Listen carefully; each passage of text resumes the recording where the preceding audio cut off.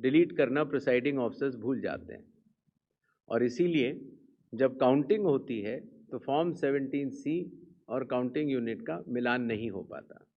ऐसे केस में किसी भी शंका को न रखा जाए, इसलिए जब भी 17C या वीवीपैट में मिसमैच होगा तो उन ईवीएम से रिलेटेड वीवीपैट्स की पूर्ण गिनती की जाएगी। इसी तरीके से ये भी एक मांग सभी राजनीतिक दलों की थी कि पोस्टल बैलेट्स की गिनती पहले शुरू की जाए और पहले खत्म की जाए। तो इसलिए चुनाव आयोग ने पारदर्शिता के लिए भी और इसके लिए भी, जिससे कि पोस्टल बैलेट्स पर पूर्ण ध्यान दिया जाए उनकी गिनती पर और कोई जल्दबाजी भी न की जाए, तो ईवीएम के लास्ट 2 राउंड से पहले पोस्टल बैलेट की गिनती समाप्त करना अनिवार्य होगा।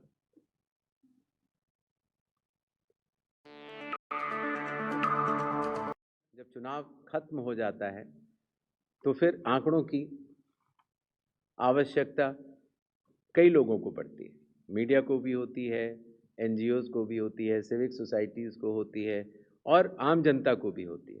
तो इसके लिए चुनाव आयोग की एक पद्धति रही जिसको इंडेक्स कार्ड कहा जाता है, लेकिन इंडेक्स कार्ड का सारा डेटा कलेक्ट करने में कई बार सप्ताह और कई बार महीनों लग जाते थे।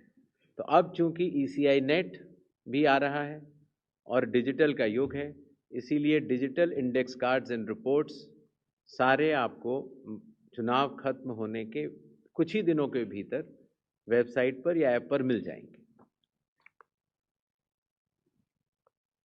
इस चुनाव की विशेषता है ये स्लाइड।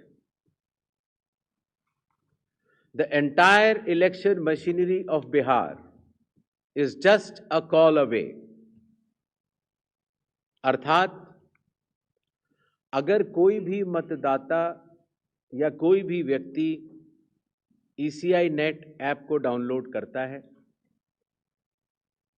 और अगर अपने एपिक नंबर डिटेल को डालता है, वोटर कार्ड के नंबर को डालता है, तो वो अपने BLO से बात कर सकता है। वो अपने जो बूथ लेवल ऑफिसर्स हैं उनको अपनी कॉल बुक कर सकता है और बात कर सकता है।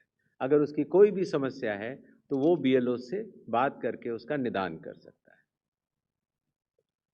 इसी तरीके से जो इलेक्शन कमीशन का बहुत पॉपुलर नंबर है 1950, आपको भी कोई भी बिहार का मतदाता अगर इस समय बिहार से बाहर है तो भी उसको सिर्फ +91 अगर मोबाइल से आप डायल करते हैं तो +91 जो इंडिया का कोड है वो लगाना है।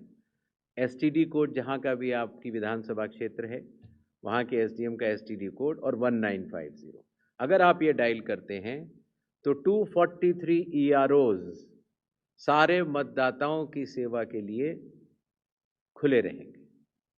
इसी तरीके से अगर आपको ERO के कॉल सेंटर से संतुष्टि नहीं मिलती है तो 38 DMs के यहाँ भी आप 1950 पे कॉल कर सकते हैं और पटना में CO के यहाँ भी कॉल कर सकते हैं। ये एक बहुत बड़ी व्यवस्था है जिसको कि लॉजिस्टिकली पूरा सही से बना दिया गया है और आशा है इस सुविधा के बाद शायद दुनिया का शायद ही ऐसा कोई चुनाव होगा जिसमें कि 90,712 BLOs, 243 EROs, 38 DEOs और CO स्वयं मतदाताओं के लिए किसी भी दिक्कत अगर उनको आ रही है या ग्रीवेंस है उसके लिए सचेत रहेंगे। नेक्स्ट, ये भी बिहार में पहली बार हो रहा है। पहले जो ऑब्जर्वर्स हम लगाते थे कुछ असेंबलीज को मिलाकर लगा देते थे,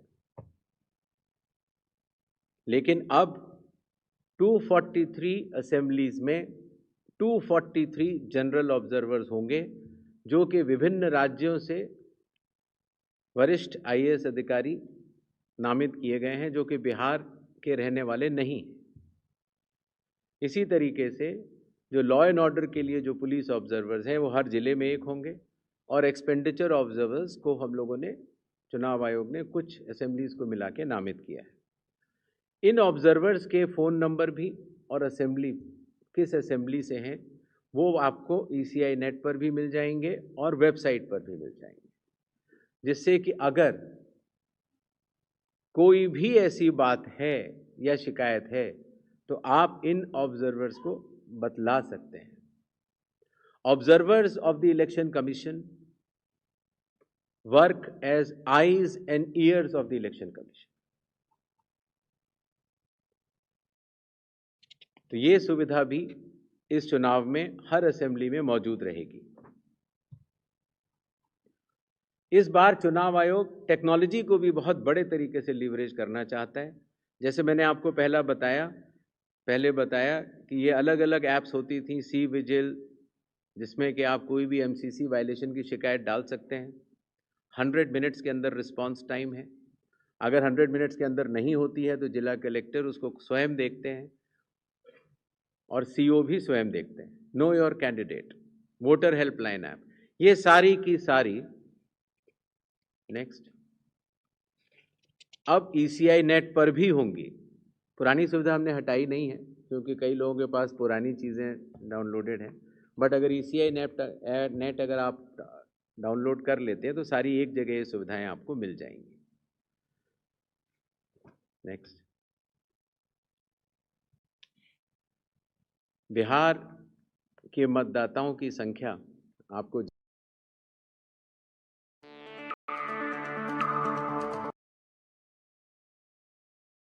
10 या 11 देशों में ही है। बिहार के चुनाव आयोग मानता है कि मदर ऑफ ऑल इलेक्शंस है और इसीलिए हर लेवल पर, हर स्तर पर चुनावी कर्मियों की तैनाती है। पोलिंग पर्सनल लगभग 4.5 लाख, सेक्टर ऑफिसर्स लगभग 9.6,000, माइक्रो ऑब्जर्वर्स लगभग 17.8,000, micro observers for counting 4,800, counting official लगभग 28,000, पुलिस ऑफिशियल 2.5 लाख, और जहां पर भी आइडेंटिटी ऑफ वोटर्स का इशू आता है, सहायता देने के लिए आंगनवाड़ी सेविकास भी उपलब्ध रहेंगी और कुल मिलाकर 8.5 लाख चुनावी कर्मी बिहार विधानसभा के आम चुनाव 2025 में रहेंगे। अब मेरे ख्याल से तारीखों का ऐलान कर देना चाहिए। नेक्स्ट,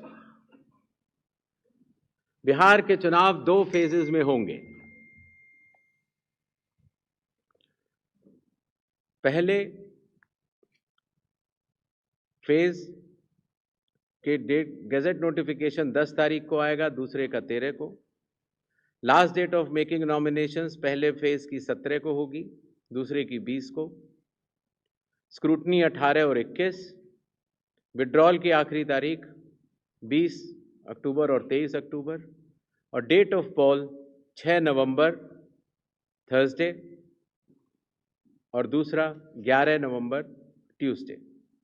काउंटिंग 14 नवंबर को होगी और पूरी चुनावी प्रक्रिया 16 नवंबर तक समाप्त कर ली जाएगी।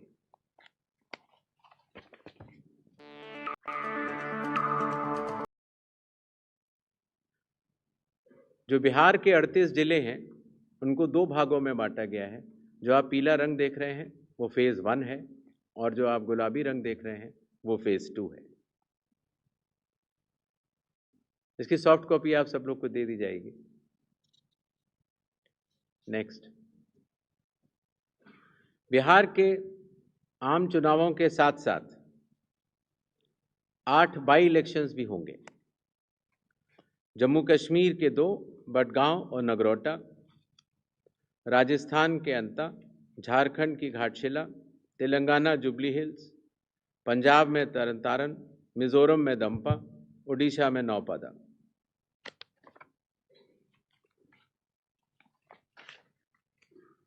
इनकी तारीखें भी